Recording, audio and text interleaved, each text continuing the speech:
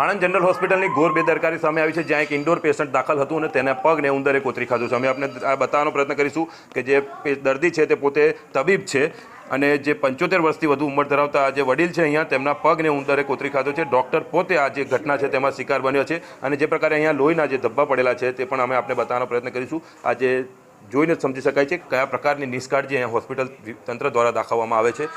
અનેક ફરિયાદો સાથે આ જે પેશન્ટ છે તેણે રજૂઆતો કરી હતી, પરંતુ જે નર્સિંગ સ્ટાફ ફરજ પર હતો તેમના દ્વારા કોઈ તેમને મદદ માટે નથી આવ્યું, તેમને કોઈ અહીંયા ટ્રીટમેન્ટ કરવા માટે નથી આવ્યું. સાથે જે ટ્રીટમેન્ટ કરી છે તેનાથી પણ જે દર્દી છે તેમને સંતોષ નથી. આપણે સીધા જ તેમને વાત કરવાનો પ્રયત્ન કરીશું. શું નામ છે કાકા? શું નામ તમારું? બૈલાલભાઈ. બૈલાલભાઈ, શું ઘટના બની? પગમાં ઉંદર કરડી ગયો, કેવી રીતના બની? આ તો સાહેબ ફૂકી ખાય એટલે ખબર ના પડે. આ તો ત્રીજી ચોથી વાર કરડ્યો. આ લોહી કચ્છ આવ્યું સાફ કરાવતા તો પગે આ જ પગે એક તો હેરાન થયો, બીજી રીતે. જી હા, જે દર્દી છે તેના પગે ઉંદર કરડી ગયો છે. હું આ બાજુમાં આઈસીયુ વોર્ડ છે તે પણ બતાવવાનો પ્રયત્ન કરું છું આપને.